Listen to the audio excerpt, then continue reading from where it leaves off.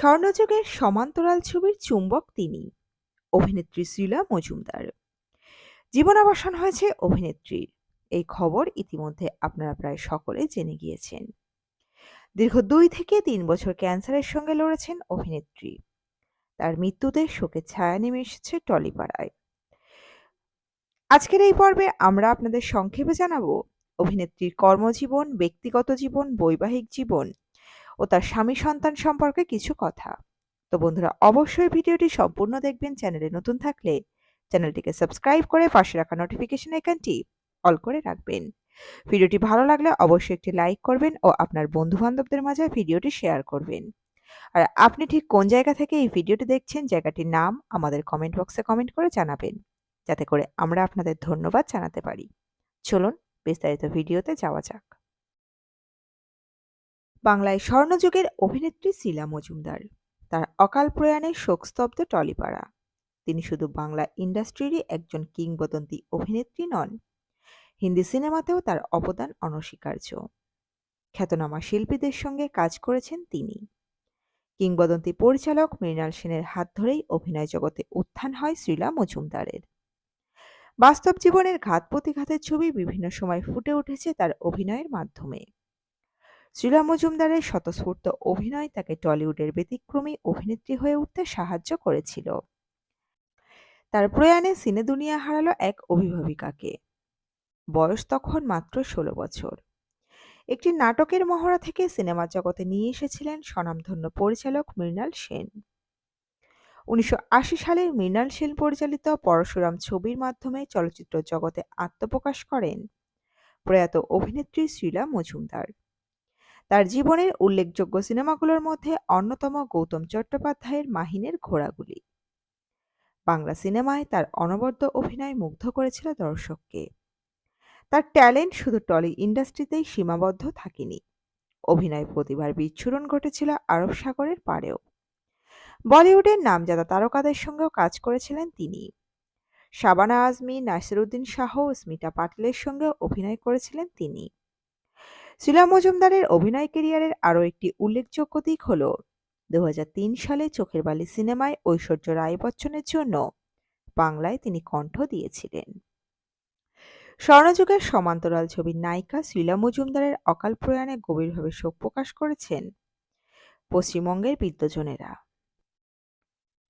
পর্দায় তার অভিনয়ের দাপট ছিল দেখার মতো, কিন্তু আলোকবৃত্তের বাইরে যেন তিনি ততটাই স্থির। এক শনিবারের বিকেলে নীরবে চলে গেলেন অভিনেত্রী শ্রীলা মজুমদার। ক্যান্সারের সঙ্গে কঠিন লড়াই আর জেতা হলো না তার। মৃত্যুকালে অভিনেত্রীর বয়স হয়েছিল মাত্র 65 বছর। শৈশবে হারিয়েছিলেন বাবা রামচন্দ্র মজুমদারকে। মা ননী মজুমদার একাই বড় করে তোলে তাকে। তিনি যেন ছিলেন অভিনেত্রীর একমাত্র বন্ধু। মাকে কেন্দ্র করেই যেন আবর্তিত ছিল তার জীবন। স্কুলে পড়াকালীনই বাচিক শিল্পী হিসাবে কাজ করেছেন শ্রীলা। তার কণ্ঠ শোনা যেত একাধিক জনপ্রিয় বিজ্ঞাপনে। অভিনয় টানত না তাকে। আলোকবৃত্তের বাইরে যেন স্বচ্ছন্দ ছিলেন তিনি। মৃণাল সেনের হাত ধরে অভিনয় জগতে আসেন শ্রীলা। কিংবদন্তি পরিচালকের পরশুরাম হাত ধরে অভিনেত্রী হয়ে ওঠেন তিনি। তারপর আর পিছনে ফিরে তাকাতে হয়নি তাকে। একদিন প্রতিদিন, খারিদ, চোখ, মান্ডির মতো বিখ্যাত সব ছবিতে শ্রীলার অভিনয় শিল্পী হিসাবে তাকে আরও এগিয়ে দেয়। মৃণাল সেন থেকে শ্যাম বেনেগাল, অপর্ণা সেন বিখ্যাত সব পরিচালকদের পছন্দের তালিকায় শ্রীলার নাম থাকত প্রথমেই। প্যারালাল ছবির পাশাপাশি বাণিজ্যিক ছবিতেও চুটিয়ে অভিনয় করেছেন তিনি। অঞ্জন চৌধুরীর পূজা, হরনাথ চক্রবর্তীর প্রতিবাদের মতো বাণিজ্যিক ছবিতে সমানভাবে সাবলীল ছিলেন শ্রীলা। শুধু তাই নয়, ঋতুপর্ণ ঘোষের চোখের বালিতে ঐশ্বর্য রায় বচ্চনের হয়ে ডাবিং করেছিলেন তিনি। দর্শক মহলে প্রচুর প্রশংসাও কুড়িয়েছিলেন অভিনেত্রী। অভিনেত্রী হিসেবে শ্রীলা কতটা দক্ষ ছিলেন তা আর মনে করিয়ে দিতে হয় না। কিন্তু অভিনেত্রীর ঘনিষ্ঠ মহলের অনেকেই মনে করেন টলিউডে তার প্রাপ্য জায়গাটি কখনো পাননি তিনি। সময়ের সঙ্গেই কমে আসে তার ছবির সংখ্যা। ছোট পর্দায় যদিও বেশ কয়েকটি কাজ করেন তিনি। জাঁকজমকের পার্টিতেও খুব বেশি দেখা যেত না তাকে। বরাবরই তিনি প্রচার বিমুখ থাকতে ভালোবাসতেন। কৌশিক গঙ্গোপাধ্যায়ের সঙ্গে শেষ ছবিটি করেছিলেন তিনি। পালানে একটি চরিত্রে দেখা গিয়েছিল তাকে। টলিউডে ঠিক যেমন তার প্রাপ্য জায়গাটি কখনো পাননি তিনি, ভালোবাসার সংসারেও হয়তো সেই প্রাপ্য জায়গাটুকু পাননি তিনি। তাই ভালোবেসে ভালোবাসার মানুষকে বিয়ে করার পরেও সংসার ছেড়েছিলেন অভিনেত্রী। এবার আমরা আসবো অভিনেত্রীর বৈবাহিক জীবনের কিছু কথায়। শিলা মজুমদার তথাকথিত রোমান্টিক নায়িকার রোলে কখনোই সুযোগ না পেলেও তার জীবনের রোমান্টিক কাহিনী কিন্তু খুবই বর্ণময়। তিনি ভালোবেসেছিলেন এক মুসলিম পুরুষকে। প্রথিতযশা সাংবাদিক লেখক এস.এন.এম. আবদিকে বিয়ে করেছিলেন শিলা।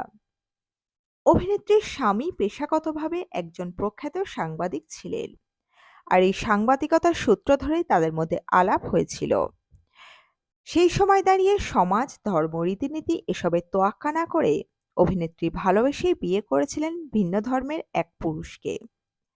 ভালোবেসে সংসারও পেতেছিলেন দুজনে, কিন্তু না, তাদের দাম্পত্য দীর্ঘস্থায়ী হয়নি।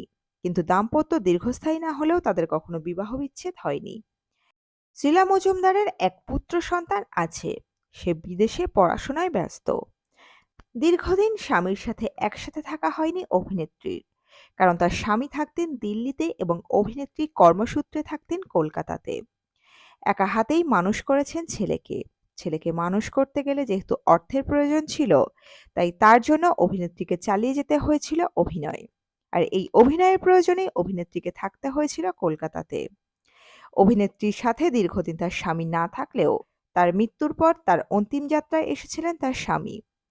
অভিনেত্রীর মৃত্যুর পর সংবাদ মাধ্যমের সামনে কি প্রতিক্রিয়া দিয়েছিলেন অভিনেত্রীর স্বামী, এখন আপনাদের সামনে আমরা সেটি তুলে ধরব। ছেলেকে নিয়ে একবার ইউরোপ যাব, হাসপাতালে শুয়ে আবদার করেছিলেন অভিনেত্রী, কিন্তু শেষ ইচ্ছে আর পূরণ হলো না।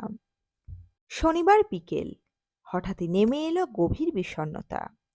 যে মানুষটি প্রতি মুহূর্তে অভিনয় দিয়ে দর্শকদের মন জয় করেছেন, তার এমন অকাল মৃত্যু মেনে নিতে পারছেন না কেউ।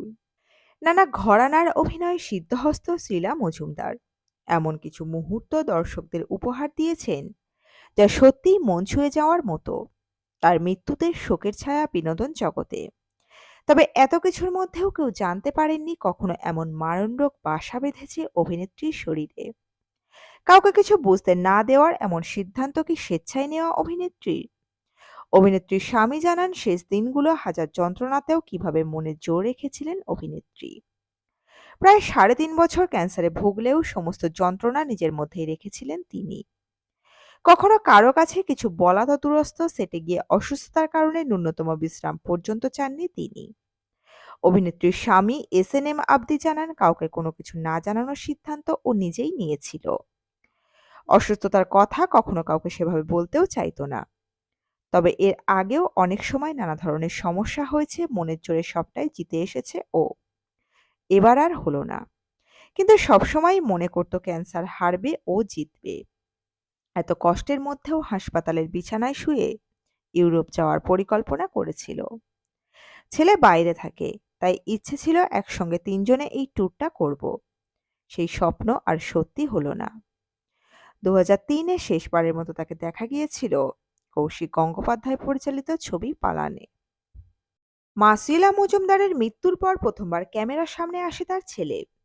ক্যামেরার সামনে এসে নিজের মনের কথা ব্যক্ত করলেন অভিনেত্রীর ছেলে। সকল মানুষের উদ্দেশ্যে দিলেন কিছু বার্তাও। অভিনেত্রীর ছেলে বলেন, সকল কথাই এখন মনে পড়ছে। মা তো একটাই। ছোটবেলায় যখন প্রথম মৃত্যুকে বুঝতে শিখেছিলাম, তখন এটাই ভেবেছিলাম যে যখন আমার মা মারা যাবে তখন কি অবস্থা হবে আমার। এই দিনটা আমার জীবনের সবথেকে খারাপ দিন। মা অনেক লড়াই করেছেন ক্যান্সারের সাথে ৩ বছর ৩ মাস। আমি একটাই অনুরোধ করব সব মহিলাদেরকে, আপনারা আপনাদের স্ক্রিনিং করান, ডিজিজের চেকিং করুন। যত তাড়াতাড়ি ধরা পড়বে তত তাড়াতাড়ি চিকিৎসা হবে, তাতে করে আপনারা বাঁচবেন। আমাদের দেশে পুরুষ ডাক্তার বেশি আর মহিলাদের ক্যান্সার হয় বেশি, আর এই মহিলারাই পান লজ্জা।